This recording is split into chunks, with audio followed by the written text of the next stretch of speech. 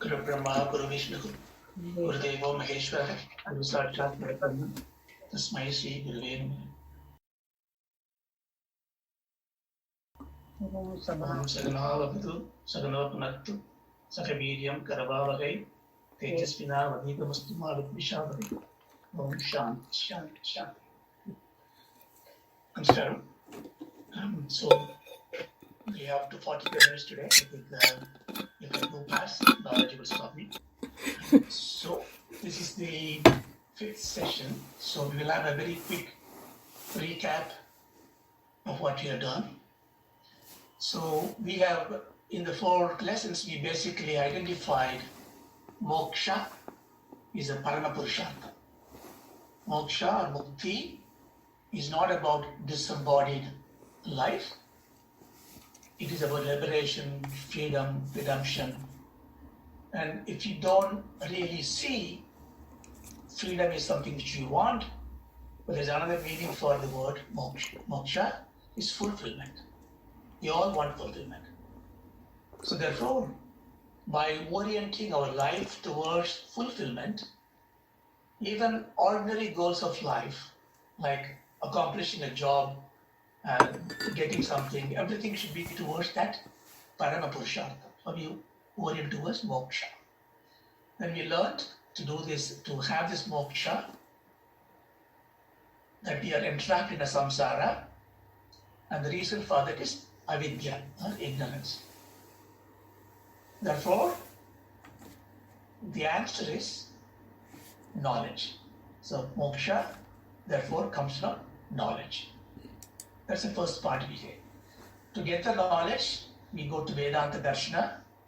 To go to Vedanta Darshana, to equip ourselves, we be in satsang, do all the satkaryas. So this we learn. Then, what is the nature of the knowledge? We went a little bit abstract, but it's very important because the knowledge we are going to gain is so subtle and so fine. We should know the definition of knowledge, the tools for the knowledge, and the source for the knowledge. So we said the knowledge that we seek is called Prama. Prama means that which conforms to truth. That means any knowledge that we get will become a Prama when it conforms to truth. So then we talk very quickly about the knowledge, and we confirm that the knowledge that we need requires a source, and we need the means, and we call the means as pramana. And then we quickly saw the 3 pramanas, the pratyaksha pramana, then we have the anumana pramana, and shabda pramana. We did not go into great details of it, but we know that they are by general knowledge, we know what is pratyaksha pramana, using our sensory perceptions. Anumana is using a previous knowledge to get a new knowledge, like the smoke in the mountain. But very important is shabda pramana. Shabda pramana is verbal authority. The reason why we talked about that, because the knowledge that we need is going to come from the scriptures, the Vedas. In the world, the Laukika Vishaya, we take the Shabda Pramana to be an Aptavakya. Words of someone who trusts in life. But even if you take a man, a woman, however good they are subject to blemishes. Therefore, there may be some corrections needed. Therefore, we look for the words, the authority that comes from the Lord. Then we talked about the Vedas as Apurusheya, Shruti. Then therefore we said Shruti. Shruti is the Shastra. Whatever it instructs us is a Shastra. And we saw that we have many number of elements of Shastra, Smriti, Itihasa, Purana, and Vedantas. So all this is general knowledge we quickly summarized. The main point we took was, what is Shraddha? Shraddha is needed because that is the commitment to learn something which doesn't sit comfortably with our knowledge today. So Shraddha is needed for knowing Shastra. So far we have understood this. We're all committed to this. We don't need to go back to this anymore. Now we need to know, how does this Vedas help us? So we saw that in three aspects. The Veda Purva contains the Karma Kanta, giving us the karmas that we do by our words, our body, and our mind. Vak, Kaya, Manokarma. And then we also said the Karma Kanta provides a Upasana part as a bridge to take us to the Jnana Kanta or the Vedanta. So when we are doing the Vedanta Darshana, instead of going, we are going directly to Vedanta. Why are we doing this? Because that's what the Shastra says, the very nature in which it's structured, the whole Vedas. You have to do your karmas first. The karmas include upasana as well. Any puja, any japa you do is a karma also. It's a manasa karma. So you must do the karma and upasanas in order to fully understand and qualify and to get the Vedanta, the Jnana. That's the reason why in the initial classes we just have a quick review of what the Veda Purva give it to us. We will not go into great detail of this, but we should know what it is that we are doing everyday life as a karma is going to equip us to go into the Vedanta. So Vedanta Darshana is not just in a class or in a book. It's going to be from now on. Every action that you do, you are opening a door to understand the Vedanta Darshana. How is it possible? That's what the Veda Purva guides us. The Veda Purva is the Karma Kanta. Jaimini has written a Dharma Sutra on that. So let us very briefly see what does the Shastra give it to us. What does it give in very simply? The Veda Purva asks us to enjoy our life through action. How wonderful it is. It is exactly doing what we want to do. But it puts some conditions there. You must enjoy life by action. You must do action. So action is therefore essential. But to really perfect it, it gives you action in life here and hereinafter. Because you may say, if I need to enjoy life through action, why do I need the Vedas? My boss tells me, my wife tells me, my children tells me what I need to do to enjoy life. But it is to enjoy life here and hereinafter. That means eternal happiness to get, you must perform action. So how do we do that? So to do that, there is only one way. That way is what the Karma Kanta gives us. It's called Karma Yoga. So therefore, if I need to be happy in this life and life hereafter, I must do action. That action should also take me into my Parama Purushartham, which is moksha. Therefore, it should lead me to the Jnana, the Vedanta. But instead of saying just karma is action, it tells me do Karma Yoga. So I got a problem, I need to understand this. So what is Karma Yoga? Very simply, if I have to say, unconditionally performing our right actions with right attitude. So just some adjectives are added. We have to do unconditionally performing, which means the action that you have to do, whose action? Our action. There's no point in doing even perfectly somebody else's job if you are not doing your job, as Bhagavan says in the Gita. So your actions you must do unconditionally, which means without any expectation of it. And what those actions are, they are right actions, and we must do with the right attitude. So this is what you need to remember about Karma Yoga. Right action, right attitude, our actions, doing unconditionally. So the karma therefore means the right actions.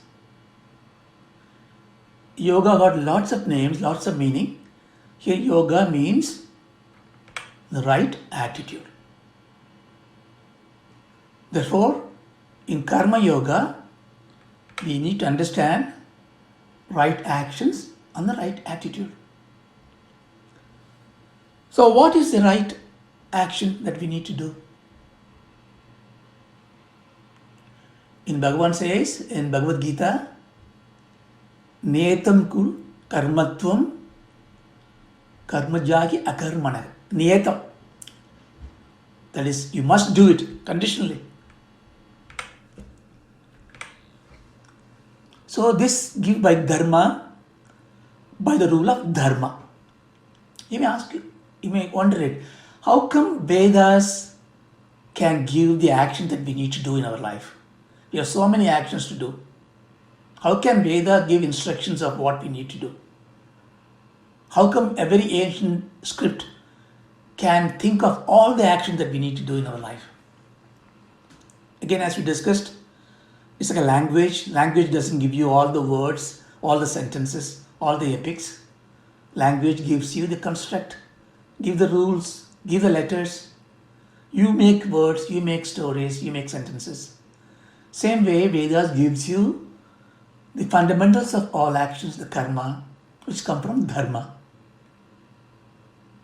But it's being an instruction manual for human being, it does give you certain spoon-fed instruction to us. So two dharmas it is going to teach us. The first one is called Samanya Dharma.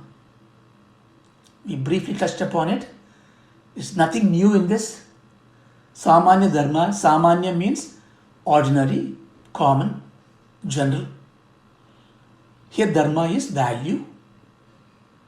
So the karmas that we have to do is built on this Samanya Dharma, which applies to all the people at all the time, at all places. We know what it is. So anything that you think is unethical, immoral, is a Samanya Dharma. There's a very beautiful slogan there. This comes from Bhagavad Shuryadam Dharma Sarvastvam Shrudvachapya Avadharitam. So please listen to all the Dharma Shastras which tells you about this. After listening, follow this. Shrutva, follow this. But the second line is so beautiful. Atmana Pratikulani. Anukula means help to you. What makes it good for you? Pratikula means not good for you. Atmana Pratikula. So what is not good for you? Paresha. For others, don't do it. So whatever is not good for you, what you don't want it to happen to you, don't do to others. I don't like anybody lie to me, therefore don't lie to anybody. I don't like to gossip about the third party. I don't like anybody to be gossiping about me. Don't gossip about anybody else. I don't want to steal my item to be stolen by anybody. Don't steal anybody's item. Like that, it's very simple things which we teach in life. So many karmas are built on those things, which basically means when you do an action, you don't need any Vedas to tell you. If you know this rule that is this action, is this good that I can do to myself? Of course, but if you, therefore what it means is that there is no excuse that I do not know what is dharma. It is naturally there in everybody else. But if you really wanted to know what are the things enumerate, there are a lot of shastras are there, a lot of smritis are telling you. For example, in the Manusmriti, you have a whole lot of stuff, Satyam, Daya, Tabam, Shausam, be cleaning, Tidiksha, Shantam. We can enumerate this. So there are things that which you think are human values. See what happened here, Daya, Tidiksha, Shantam, peace, Kripa, all these are not ordinarily we know. But these are all refined Samanya Dharma. So the Veda allows you to refine the Dharma. This is where you go to Smritis. So what is Karunyam, what is Satyam, all this can be refined so that it brings value to you. So therefore, if you want to learn these things, we go to Karmakanta, or we take Smritis, or we take from the schools and Satsanga, and basically they become moralities and ethics. In those days, all the societal laws, government laws came from the Vedas. Therefore, any constitutional law follow morality and ethics. Therefore, when you follow the law of a country that don't steal, you're also following the law of the scriptures. Okay, this is easy. The second part, Dharma, number 2, is called Visesha Dharma. This is very special, extraordinary Dharma. Therefore, this varies from time to time, place to place, person to person. Therefore, this already warns you that we need a teacher, we need a scripture to tell what is to be done. We have the word called Dharma Shankaram. Dharma Shankaram is because you do not know, because you are a righteous person, a good person, but you don't know what need to be done. Don't kill anything is a Samanya Dharma. Non-violence is Samanya Dharma. But you can't tell to the policeman or a soldier they're fighting a war. For him there is a special duty. He must kill the enemy. Like what happened to Arjuna, he got confused. He went to the war to fight, to create violent action there. But he said, no, I can't do it. Ahimsa is Dharma. So you get confused between a Visesha Dharma and a Samanya Dharma. Therefore, the Visesha Dharma should override your action. But all our problems in our life, we do not know what is a Visesha Dharma for me, for you, for us. That is where we need to be really careful and learn. It is called Swadharma. Swa means self, dharma, your own dharma. Everybody will have a derived dharma for yourself. The dharma is based on two things. What is Samanya Dharma, ordinary morality and ethics? What is a Vishesha Dharma? How do I know my Vishesha Dharma? How it is defined? Again, we go to scriptures. So they tell you by two factors. This is very important to understand. The two factors, at least one we have to really know very well and follow. Vishesha Dharma. It's called Varna Dharma, Ashrama Dharma. The two factors are Varna Dharma, Ashrama Dharma. Ashrama means holding a domicile, a place of living. So let's just look at the ashrama dharma first. But the word important is dharma, righteousness. So the ashrama dharma defines changes by the age and the role within your life. It's very personal oriented. At what stage are you in the life? And what is the role that you've taken for yourself in the life, in your life? We all know these things. First is a brahmacharya. So brahmacharya here means simply take, there's a lot of meaning for the word. Let's simply take, it is for learning the life skills, learning the values of life, knowledge of life, your student life. You get into this brahmacharya as a very formal process. You gain entry into the formal education. Before that, you have no rules at all. You are just a being, like an animal. You do enjoy, but you get into a disciplined life, into brahmacharya, and there are some formalities for it. So, it is a preparatory stage for your life. Your only goal is to study, learn skills, live by alms. Basically, you live, you don't make money, you don't transact money, you you seek money. Parents give you. You lead a simple life. Next one is Grihastha. This is the family dwellers. So what is the main thing for us to do? Supporting everybody else in this world.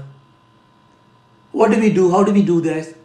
We do yajnam, dhanam, tapas. Yajnam is performing action as a sacrifice. There are lots of meaning for yajnam.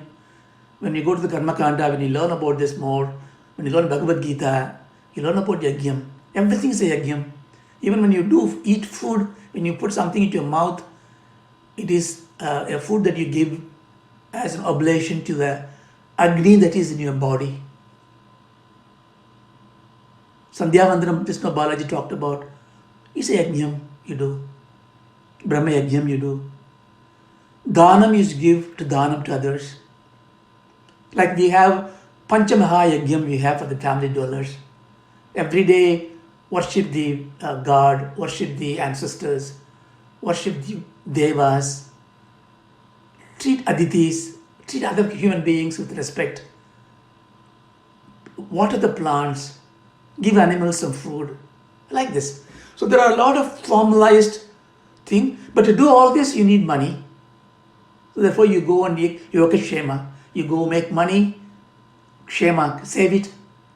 You do all that in a Rishi way. So as a family dweller, you need to do lots of things. That's why we are become the instrumental part of the dharma. So we are most important in the society. Family is the most important yajna. That's the reason why, even though Vedanta, Sannyasa are all very pious and spiritually uplifting, we put the Swamis as a married couple. There's a lot of insight into this. Every Swami has got families. Why we worship that? Because to inculcate the family life is the most profound yajna.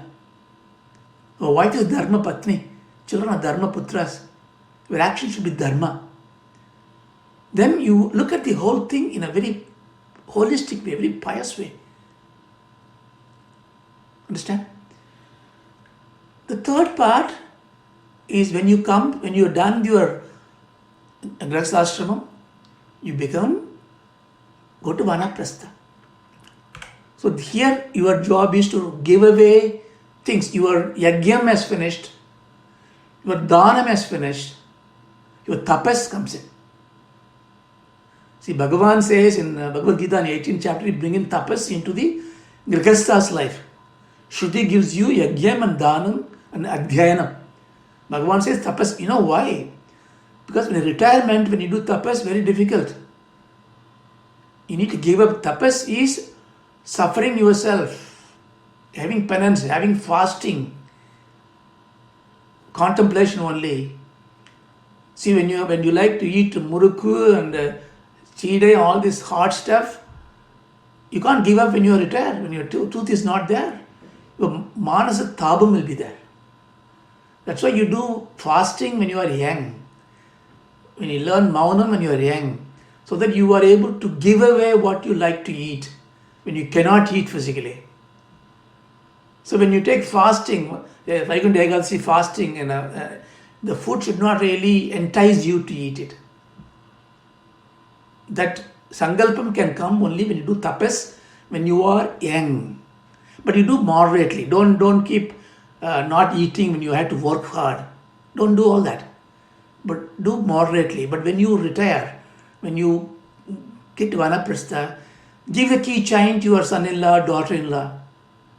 Don't hold this anymore. Don't take the billing, accounting. Don't interfere in children's life. Don't get into the action that family dweller need to do. Then you are not actually doing a vanaprastha. You are getting back into the dwelling, then you will never get out of that. So some of us who are coming to the stage of retirement, who are already retired, have to think about spending our time not in interfering in the children's life, not taking responsibility and correcting them. Let them make mistake, let them learn it. You have to take contemplation. So it's a very important stage. Again, it's a preparatory stage because it allows you to go to the last stage in life. It's called sannyasa. It's focus on liberation. Now, this is as no decay in life. We can still follow this. This is the personal discipline. No matter where we live in life, we know internally in which stage we are in and which stage we want to go to. It's not necessary you should become a sannyasi, wearing a khadi and going out. It is a lifestyle. It is not the garment that you wear. Janaka lived an example of a sannyasi living in a family life. But we have to renunciate nyasam. Nyasam means giving up. Sannyasa means completely giving up. But giving up is not hate. Giving up is love. Giving up is not attachment, but unconditional love. Because in life, what you always try to do is to derive a psychological advantage from the other party. We can have all the romance and everything, passion when you are young and married, but all that is translating into how do I get my emotional advantage from the other party. It is between husband and wife, parent and children, guru and shishya also. There is a kind of a thing that how do I get this advantage? All that is bandham. You have to give up. But how do we give up? It's very difficult to give up. It's quite easy. If you take it as a sankalpam, do it on one person. On that person, from that today onwards, try it out for a month, that you transact without any expectation. Not physical expectation. When you are feeling hungry, your wife has to give you food. That's okay. You're talking about manasa tabo, your psychological advantages. Don't expect anything. Do not even expect a thank you.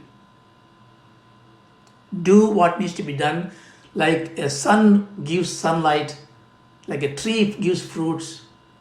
Even if you hit the tree, it gives you fruit. So this has to be practiced in tapas, and when it is fully come to maturity, it becomes renunciation and sannyasa. So this is what Varnashrama does. So we have to take it in our good faith, depending on where we are in the lifestyle. Try to understand what is our samanya dharma and vishesha dharma, and try to do it not for any benefit, not even for punya. Because what is punya? Punya is not a Parama Purushartham. Punya is to give you a better life next time and bring back to you the same samsara. You do it without any expectation. So this is the first part of the dharma. So I just re-emphasize, Grahasthasrama is the most noble one. Never feel inferior. When you see a sadhu, of course you worship them. But never feel a guilt, I'm not going to be like that, go out and do it. I have family, I have a burden. No. You have more opportunity than him because it's very difficult to be a sannyasi living in a family life. So you have a more options to do than what a sannyasi does. So therefore value your family life. What's the next one? It's called Varna Dharma. Varna Dharma, Varna means color, just color. But it is used by color of character, color of activities.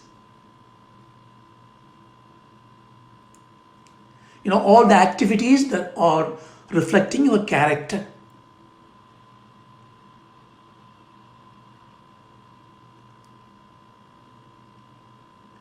Bhagavan says, Kride kriyamanani gunai karmani sarvadaha. All the actions that are created by your gunas. Therefore, Vedas took those things. It created a division in the society based on the karma, the activity you do, and the guna, which is the cause of the activity. We are going to talk about karma today very briefly. We will talk about guna later. But janma, by birth, is not at all told by the Vedas. Jati, caste system, is janma. It is not at all by the Vedas. But it has taken that toll and therefore deteriorated so much. But we must understand it. Even though we don't follow it, we must understand it. The first one is division by the role in the society. Each of us has got a role in the society. The guna is a natural character for you and also nurtured by the character. The many gunas I had before, luckily I gave up because I'm able to move with people like you in satsang. I still have a lot of bad qualities which I need to find a way to change it. So guna can be changed. Bhagavan spends maximum time in Bhagavad Gita. He only turns 12 slokas in the chapter 12, verse 12 to verse 25. The whole of Vedanta is given. You are the Atma, don't worry about anything. The rest of the Gita is to talk about how to achieve this. He labels the point about karma, activity. Then he labels the point about guna, your character. Changing the character is very, very, very difficult.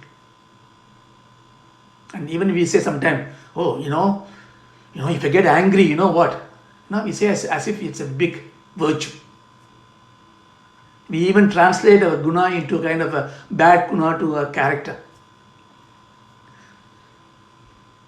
So the Dharma decided that based on your guna and the activity that you do or you decided to do, we divide the society.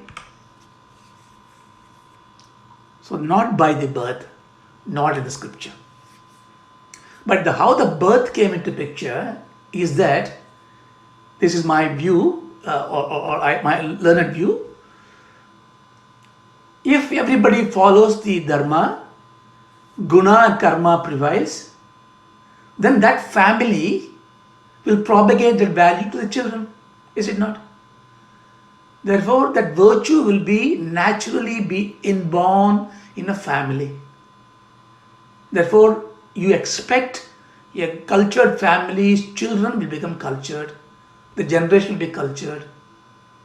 It's just an anumana pramanam. Therefore, it is subject to some say doubt. It cannot be proven. But when this was taken into condition that you can have a birth as a caste system evolved. So we don't talk about that. But you must understand it. Vedas were not incorrect. When they adopted this, we made a very wrong interpretation of it. So we will ignore that. But how is it done? It is done by 4 sectors. First called Shudra. Shudra means one who has no civilized, ritualistic conditions to live. A child is a Shudra. It will do anything. It will do yucky things at the dining table. It doesn't know anything. It's a child. All of us are born as Shudra. No matter whether you are born to a Kshatriya or Brahmana, doesn't matter. You are a Shudra. All are born as a Shudra. Then there is a process called a second birth. In Catholic, they call it a baptizing. There is a second stage. Then you become Dvija. Ja means Janana. Dvija means second born. Second time you are born into a particular sect. So that is therefore, already it clears that there is no rule by birth. Jadis have no place to go.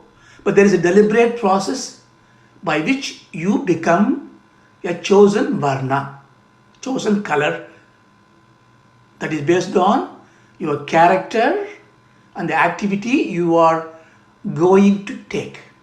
You are committing yourself.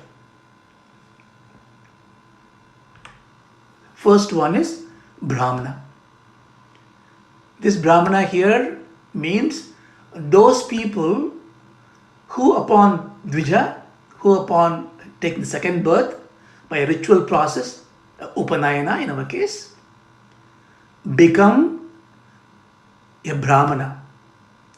He takes a vow, in the mantra it comes out, he takes a vow that his job is to study Vedas, Adhyayanam, and then to preach the Veda, to translate Veda to others,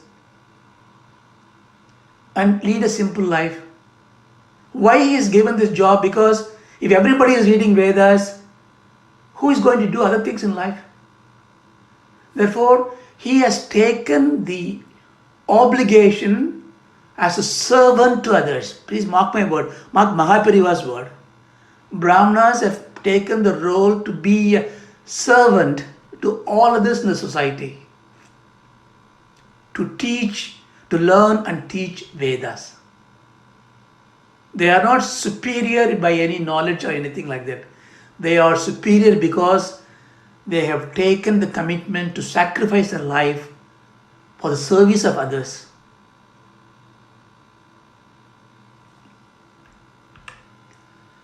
The next part is Kshatriya. The Kshatriya itself, the root itself tells you that one who protects Dharma. When Brahmanas take the oath to read Vedas for others, the Brahmanas are busy reading it. The Samanya Dharmam tells them ahimsa, therefore they can't even touch, kill anything. But somebody needs to protect everybody else. So next important part therefore is Kshatriyas, whose job is to govern others, govern the society. They must also study scriptures.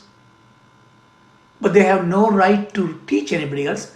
It's not right, no need to teach anybody else because their job is to govern. But they read what need to be learned, protect. But that sacrifice is more than a Brahmana. Why? They have to sacrifice even their life. Brahmanas are not allowed to sacrifice life.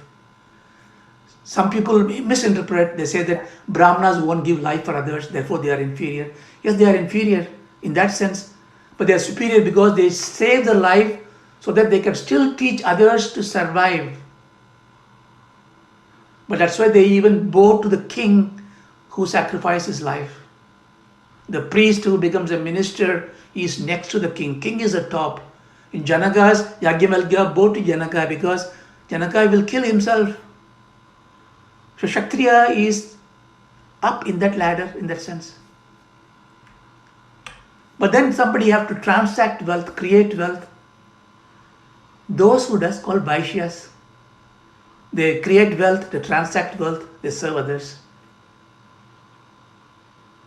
They are also learning scriptures, but that is not very important to them. But wealth creation means enjoyment. So they enjoy. They do this personal life. They take care of it because if they're not perfectly happy, wealthy, they can't help others.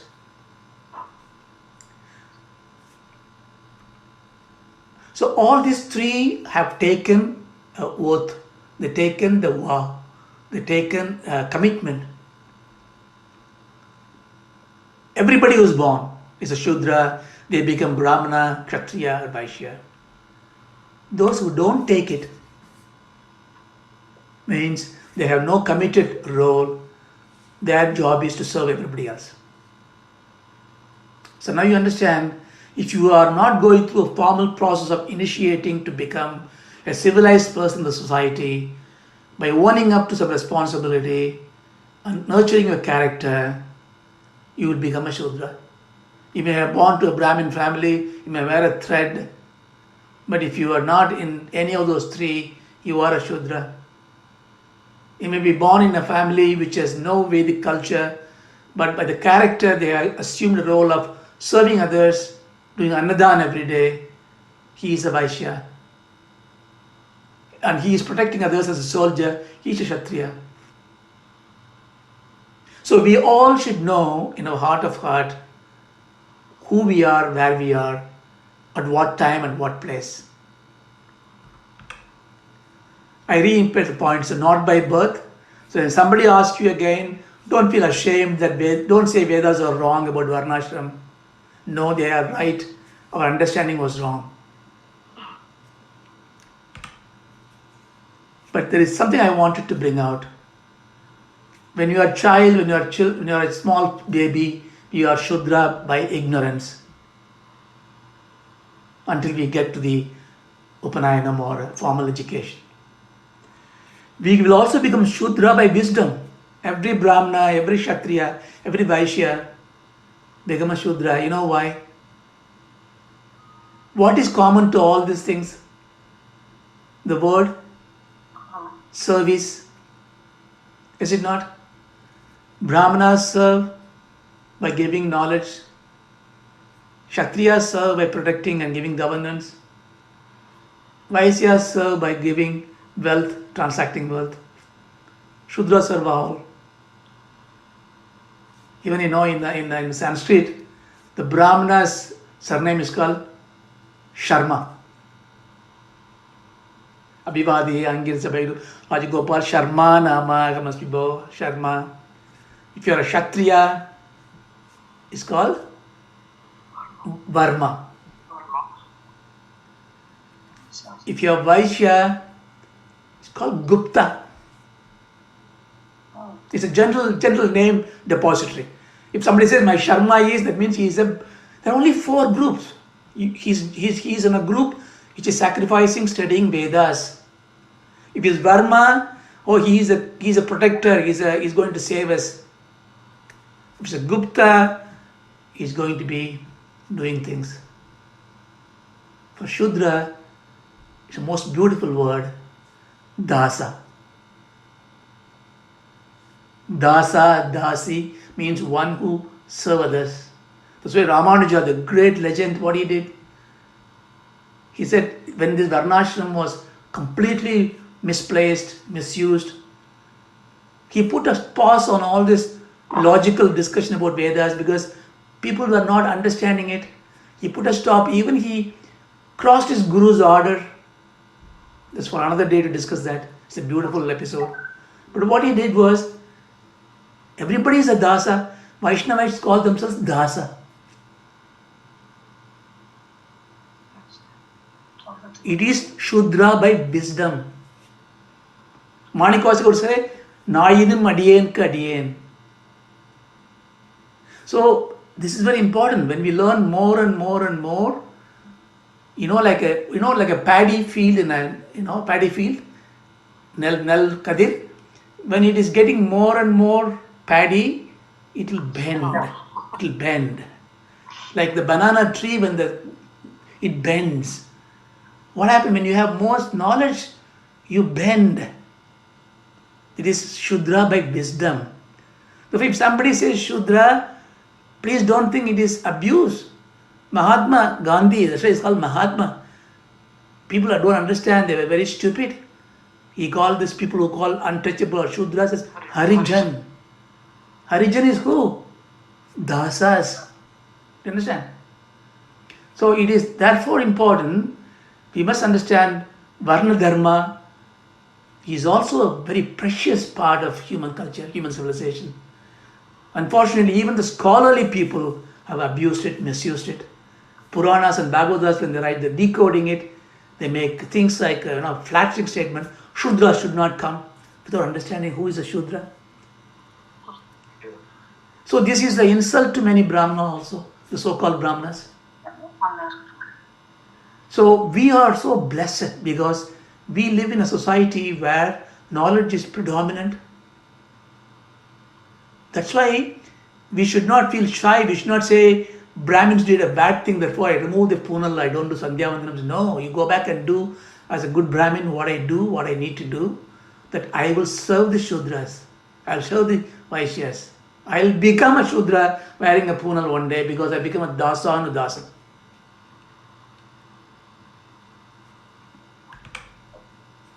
That is noble. So you have to think about how this Varna Dharma applies to us in these days. If you got 5 minutes, I'll finish in 5 minutes.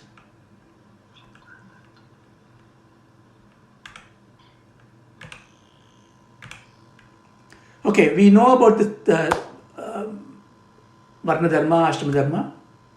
We have to think about ourselves, where we are in our Varna Ashrama. In Ashrama where we are all family dwellers, unless there's a child there or a boy there who's unmarried, he is a brahmachari. Everybody have to really understand what we try to do. And we may be Brahmins or Shudra, whatever, we do that. Now we come to the main point. I'm going to summarize we can't spend a lot of time in this, Veda Purva, but I'm going to make it very simple. There are 4 types of karmas we need to understand. What we should do is called Vihita Karma or Vidita Karma. It is what is given to you, mandated by Vedas, must be done. They are branched. See, if you look at it mathematically, logically, Vedas is so structured. Everything can be enumerated. How many types? What the definition? You can never mismatch. There is no confusion at all. The Vigita Karma are 2 types. Nitya Karma, Naimitika Karma. Nitya Karma is very simple. Here Nitya means not eternal, but every day. What you need, like what we discussed about Sandhya Vandanam. It's a Nitya Karma. Panchamaha Yagyam for a family to do, it's Nitya Karma. So we should, when you go to bed, you should think, have I done my Nitya Karma today? If not, how am I going to fix it next day? Naimitika Karma is the karmas, it's a Vishesha Karma you do at a certain stage, certain incidents, certain functions. Like for example, when a child is born, you do a karma. Marriage ceremony, Shradham, birthday. So, the Naimitika karmas are Vedic karmas. Of course, there are ritual karmas also. Puradrasha Sanikana, Amasa Tarpanam, Deepavali Pandigai, all this kind of stuff. So you do what need to be done. But they're all mandated. See, mandated means you cannot ask what is the benefit of it. Mandate means there's no benefit, you must do it. But if you don't do it, there's a problem. For example, Sandhyavandanam, somebody asked me the other day, if I do Sandhyavandanam, what is the benefit of it? There's no benefit. Absolutely no benefit at all doing Sandhyavandanam. But it is a mandated karma. That means if I don't do it, I'll have a problem. What is the problem? It's called Pratyavaya dosha. Pratyavaya means, I can say, error of commission, error of omission. What happened by that? As I told you before, your mind is like a fertile land. All these bad thoughts will come, like a weeds. When the bad thoughts come, good thoughts go away, bad thoughts take you away. Therefore, to put a weed killer, what is a weed killer you need? Sandhyavandanam. Any Nitya Karma is a weed killer. It keeps you focused. So if you don't do Nitya Karma, your mind becomes polluted, you do bad things, Papa comes in, we go to the vicious circle. Therefore, don't ask what's the benefit. Okay, you can say it's a benefit. Benefit is you avoid this weed coming in. If you really wanted to know as a benefit. Then the next one, naturally, Nishita Karma. What cannot be done? There are certain things we cannot do. Of course, Veda is not going to say, don't kill anybody as Nishita Karma. You don't say that. Because it comes in the Samanya Dharma itself. You can't list out all these things which are commonly known as a bad things. Don't put fire on neighbor's house. It doesn't need to be dictated by Vedas. It's a common sense. Therefore, what is Nishita Karma? It's a karma which may look not evil, but it may tempt you to do evil things. Which may be something which will take you away from your swadharma. Drinking liquor, intoxicating liquor. It is not given as something which is going to, as an evil thing to do. But if you drink it, it will intoxicate you, you will dilute from your Nitya Karma, therefore don't do it. Gambling, I want to make money. If you go to the gambling, I can get more money. So can I do it? Ethically, it is fine to gamble because governments open casinos. It's ethically right, legally right. How can it be a Nishita Karma? But Veda says Nishita Karma. Why? Because this is tempting you to do it, right? So therefore, Nishita Karma is not a list of dangerous evil activities. No. Nishita Karma is those activities which are tempting us all the time. Therefore, like you are going to see what is a mandated karma, which you really don't want to see, but you must always go and see what is the Nishita Karma. If something is tempting you to do, you must check, can I do this at all?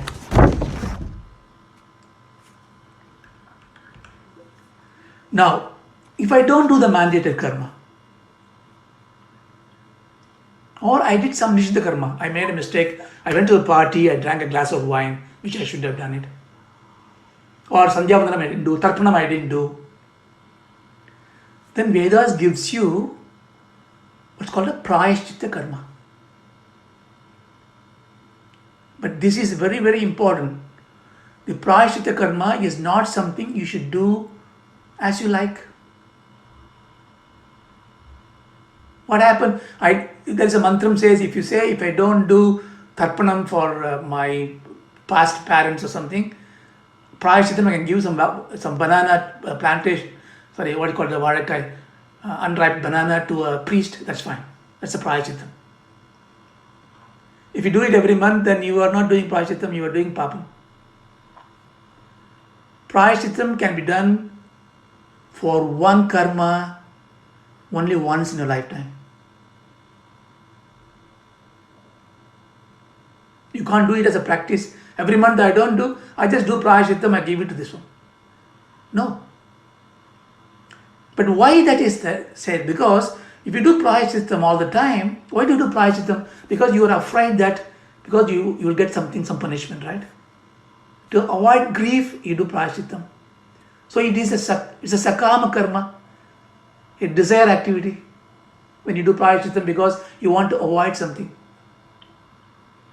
If you want to avoid something, if you do something to avoid it, then you don't have the tenacity, opportunity to practice resilience to fight against adversity.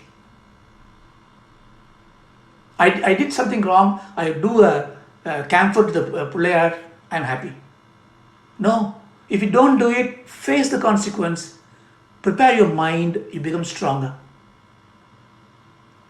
Therefore, my learning is that prayachita karma you do when it can be done as a nishkama karma. What do you mean nishkama karma? Without desire for yourself.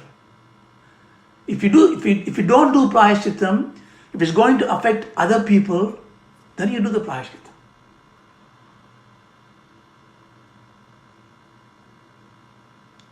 So this is the three group of karma. Then you may ask the question, okay, where is the karma that I want to do, that I want to go and see a movie? I want to buy a car. I want to make this food and eat. All this activity, where does it come? Vedas don't talk about it. This is called sakama karma. Of course you can do it. Vedas are not going to be interested in everything you do. If you are interested to do something, you have to do work for dharmartha, kama, purushartha. You need to make money, you need to buy a house, you need to buy a car, you need to buy a better suit to add to the office. Action driven by desires. Yes, you can do. You must do. But before you do that, anything that you do driven by desire, you need to do two things. Is it a prohibited karma?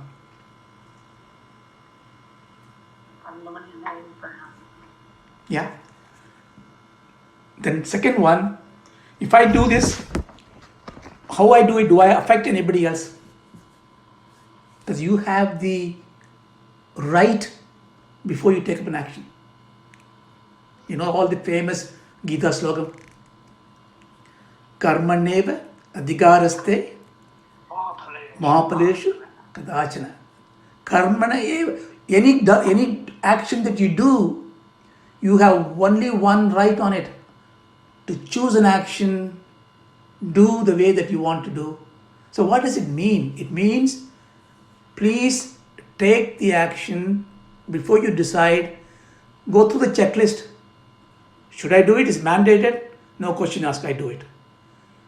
If it's not mandated, my desire to do it, is it nishita karma? Is it prohibited? Then I do it. Then I will think about how I am going to do it. What method I am going to do it. See, I'm doing yajnam at home. I do homa, mandated karma. But I put fire, I made loud noise and neighbors' houses that smoke. No, you are doing mandated karma but in the wrong way. So you should never hurt anybody else. Therefore you have to do that. But if you can do all this way, then you got the right karmas. Your karmas become right. I put it that way. And the magic word is, when you do the karma, try to make it as nishkama karma. That means you don't do it for your own desire. It's not easy from day one, but it will come progressively. So therefore, all this is common sense. You don't need any great knowledge of Sanskrit or Vedas. In the Karma Yoga, the karma part today we learned 4 types of karma, of which I would only do what is not prohibited, and I have every right to choose. So I use the word free will in the second day. To be very honest with you, the free will is a word which is not at all in the Vedanta. Free will is never in our case. I mean, if you look very carefully and study Bhagavad Gita, I would say the most closest word I would say kartritvam, doership. Because when you go to Vedanta, you're going to learn the very thought which drives the action. The thought is coming from your gunas. And the gunas come from your prakriti, as Bhagavan said. And you're going to say a astoundingly, stupendously beautiful phrase that you are not that. Not a free agent. Which means even thought is not you. And thought is not you, even the free will is not there at all. You could be a free agent, as Balaji says. So therefore, I think we are going to really learn step by step, but please be mindful. The Vedanta is going to also unlearn these things. So it's one step you say, karma is important, satkarma is important, we do all this, and then we're going to say, give up karma. So don't say it's contradiction, it is a visibility on different part of it. So we will stop it there today. So the next one, the second part of it, the yoga part of it. So I'm sure that you all have gone through the Bhagavad Gita classes and you have so much to learn again. But it will give you a different perspective to look at the Karma Yoga. But we only pick up what is needed to reorient our day to, because Vedanta is all about practice. It's no need to remember anything. What you learn today, you must put in practice. You don't know the yoga, but you know the karma. Every action now you're going to do from now on, you think in your mind, does it befit my varna, my ashrama? Is it not nishida karma? Am I doing it without expectation? And try to do that. Okay? Thank you so much. Om Shanti, Shanti, Shanti. Thank you, Raja. I know we have exceeded the time, but then it was so interesting and so attractive and so beautiful. I didn't have the heart to tell you anything about stopping it now. So thank you very much. It was definitely the right point to stop. So thank you. Though the time, of course, we have gone over, but that's not the big issue. Asato ma sadgamaya. Om Asato Ma Satgamaya. Tamaso ma jyotirgamaya. Tamaso Ma Jyotirgamaya. Mrityo ma amritangamaya. Mrityorma Mritangamaya. Om Shanti Shanti Shanti. Om Shanti Shanti Shanti. Thank you very much.